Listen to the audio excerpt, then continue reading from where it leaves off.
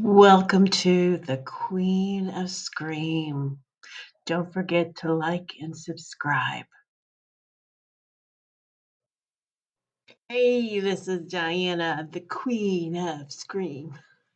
So, as you are probably starting to notice, I am resurrecting my YouTube channel. It's alive! It's alive! So, in addition to doing stories, and creepy videos, I want to do horror movie reviews like I do on the website because it's all about chicks who dig horror, not chick flicks, and guys too. So I thought I'd go back and practice with some of my old articles and reviews. So I won't have clips in this video, just stills. I'm still figuring that part out. It's a learning process. But let's talk scary movies. I mean, as I'm recording this, it's not quite October, but Halloween is all year round, especially starting in September.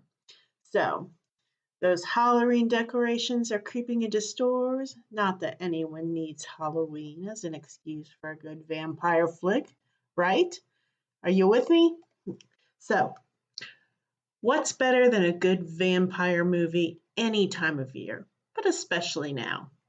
Why, five good vampire movies, of course. And by vampire movies, we're not talking about the kind where they sparkle in the sunlight.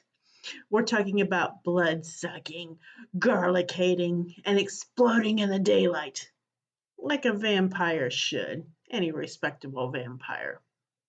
So let's get started with number one, the most interesting man in the world. Oh, who am I talking about? Not that guy in the commercials. When people think of vampires, they often think of sexy, immortal beings. But once again, we are not talking about that or Robert Pattinson. God bless him, he's moved on, but Twilight sucks. I hate Twilight and sparkly vampires. But anyway, we're talking about the legend of the silver screen here, who preyed on those damsels in distress and made them swoon. I'm talking, of course, about the late, great Sir Christopher Lee. Lee gave up his capes and his coffins long ago and gave up his ghost too. But even after his passing, his legendary portrayal of the Count remains one of the favorite Draculas of all time. Some of the later films were of somewhat uneven quality.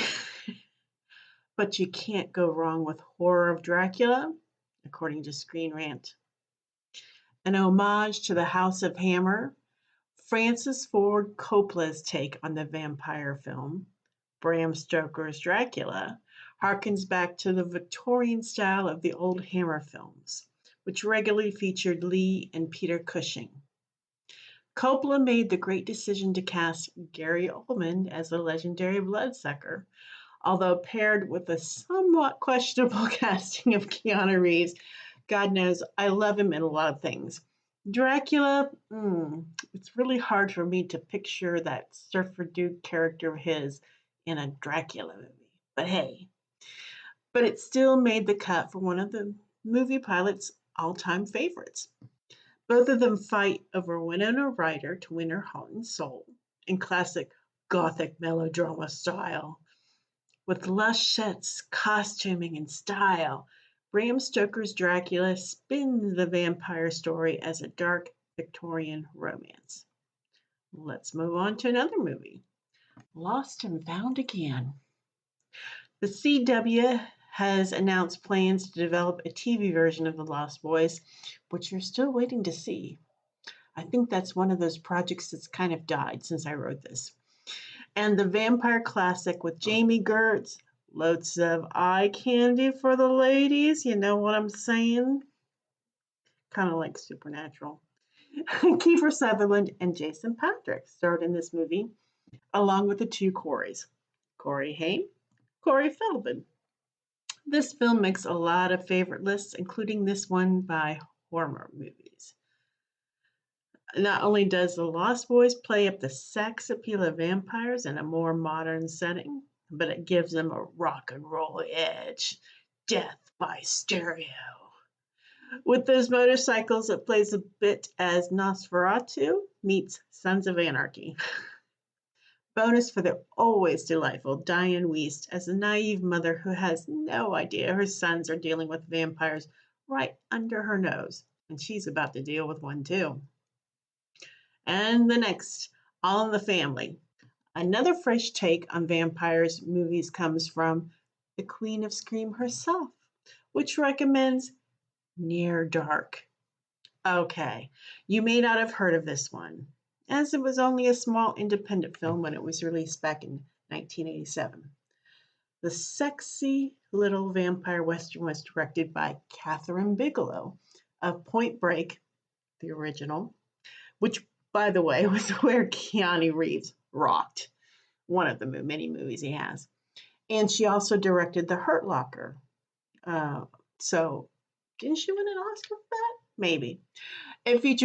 This movie features Bill Pullman and Lance Henriksen, who are part of a family of outlaw vampires roaming the country for victims. At the heart of the story is the romance between a nice vampire girl who falls in love with a nice farm boy.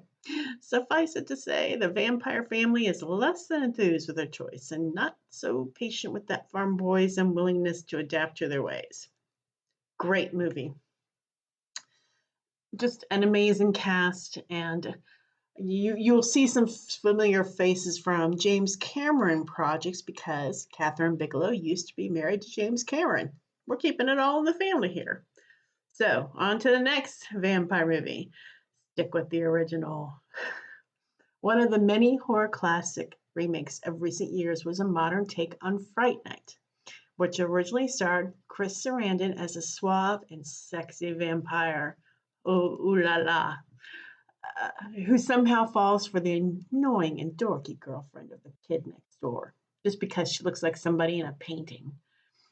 I don't care if she looks like from the past. That's really pushing one's ability to suspend disbelief. You know what I'm saying? But Den of Geek recognized Fright Night as a horror classic that should make about any vampire flick list.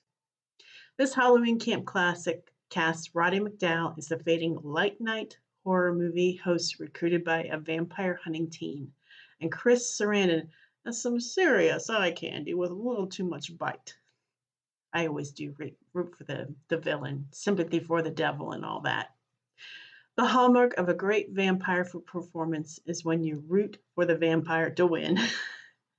Well, somebody besides me, because I always do.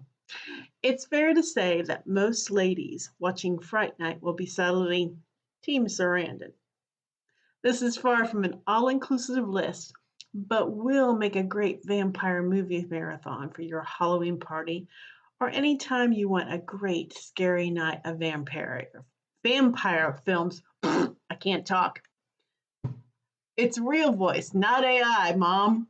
So, this is me. This is my experiment with doing a movie review article from the Queen of Scream. And I will see you in the next one. And each one will get better and better like fine wine. So remember, like, subscribe, and comment.